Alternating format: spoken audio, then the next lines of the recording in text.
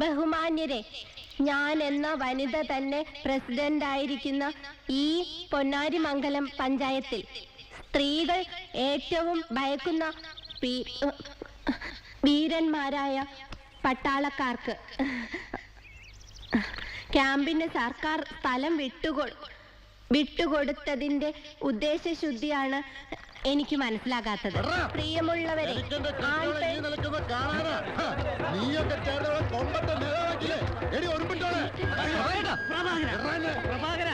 സുലോചന ഇപ്പൊ നിന്റെ ഭാര്യ മാത്രമല്ല, പിന്നെ ഈ പഞ്ചായത്തിന്റെയും പാർട്ടിയുടെയും ചെയർപേഴ്സണാ. വീട്ടുകാരെ മാത്രമല്ല, ഒരു പൊതുപ്രവർത്തകനുള്ള ഓർമ്മ വേണം. പിന്നെ ഇന്ത്യൻ നീ വൈകിട്ട് വീട്ടിലേക്ക് വാടി, നിനക്ക് സ്വീകരണം അവിടെ തരാം. അയ്യോ, ഈ തർക്കം തീർക്കാൻ പട്ടാളം തന്നെ ഇറങ്ങണം. പട്ടാളത്തിനെതിരെ പോരിനിറങ്ങിയിരിക്കുന്ന പൊന്നാരിമംഗലം നിവാസികളെ, സബ് ലോഗോं को നമസ്കാർ.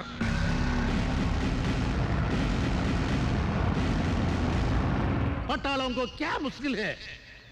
നാടും വീടും ഉപേക്ഷിച്ച് രാജ്യം കാക്കാൻ വെയിലത്തും മഴയത്തും തണുപ്പത്തും ജീവിതം ഹോമിക്കാൻ വിധിക്കപ്പെട്ട ഞങ്ങളെ നിങ്ങൾ സഹായിക്കല്ലേ വേണ്ടത് എന്ന് ഞാൻ ചോദിക്കാൻ ആഗ്രഹിക്കുകയാണ്. നമ്മുടെ ഗൾഫ് യുദ്ധത്തിൽ പോലും അമേരിക്കൻ പട്ടാളക്കാർക്ക് ഭാര്യമാരെ വരെ വിമാനത്തിൽ ഇറക്കി കൊടുത്തില്ലേ? എന്റെ ഓർമ്മ ശരിയാണെങ്കിൽ പണ്ട് ഞാൻ ഡെറാഡൂണിലായിരുന്നപ്പോ നിങ്ങളോട് ഞാൻ പല പ്രാവശ്യം പറഞ്ഞിട്ടില്ലേ ഡെറാഡൂൺ എന്ന് പറയരുതെന്ന്. പോരാത്തതിന് പട്ടാളത്തിനൊരു വക്കാലത്ത്. പിന്നെ ഡെറാഡൂൺ അല്ലാതെ കോയമ്പത്തൂർ എന്ന് പറയാൻ പറ്റൂ? ഇയാൾ എന്താ പറയണെന്ന് എനിക്ക് മനസ്സിലാവുന്നില്ല സുഹൃത്തുക്കളെ. പട്ടാളം പൊന്നാരിമംഗലം വിട്ടു പോവുക. Quit India, quit India.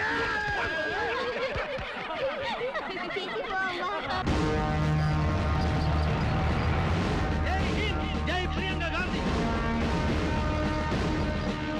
ഈ പൊന്നാരിമംഗലത്തെ ഓരോ മണൽ തരി പോലും പട്ടാള വരവ് തടയുവാൻ ഒരുങ്ങിക്കഴിഞ്ഞിരിക്കുകയാണ് നാട്ടുകാരെ. എന്നിട്ടും പട്ടാളമുടെ തമ്പടിക്കാൻ മുതിർന്നാൽ നമ്മുടെയൊക്കെ ശവങ്ങളിൽ ചവിട്ടിയിട്ട് വേണം അവർക്ക് ഈ മണ്ണിൽ കാലുകുത്താൻ എന്നിതാ ഞാൻ പ്രതിജ്ഞ ചെയ്യുന്നു. ഓരോ പുൽക്കൊടിയിലും ഓലത്തും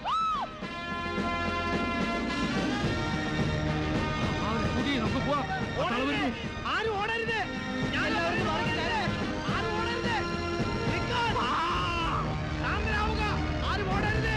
നടക്കുന്നില്ല സ്കൂട്ടി. ഓടരുത്, ഓടരുത്, ഓടരുത്.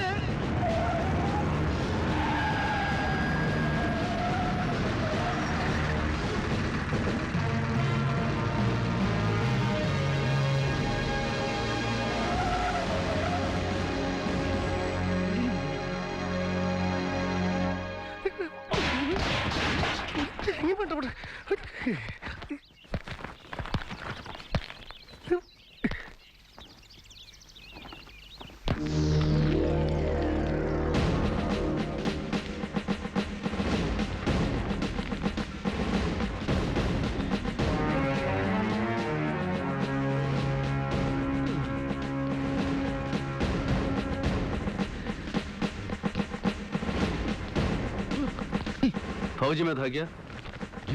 जी साहब.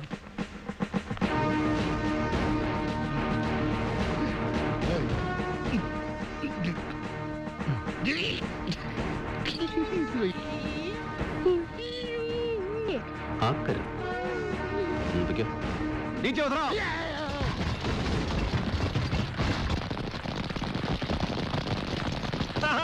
ഇതാ എത്തിക്കഴിഞ്ഞു നാട്ടുകാരെ. പൊന്നാരിമംഗലത്തെ കാക്കാൻ ജവാന്മാരിങ് എത്തിക്കഴിഞ്ഞു.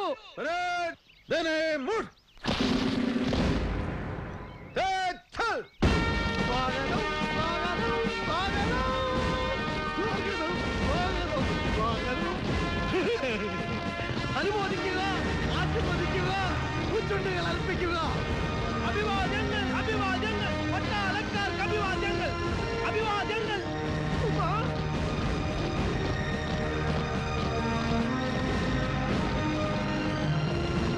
എന്താണ് പഹന്മാരെ കാലിന്റെ ശക്തി ഇല്ലേ? ഇമാര് നാല് നടത്താൻ നടന്നാൽ മതി നാട് കുട്ടിച്ചോറാവാൻ. അമ്മേ ഭഗവതി.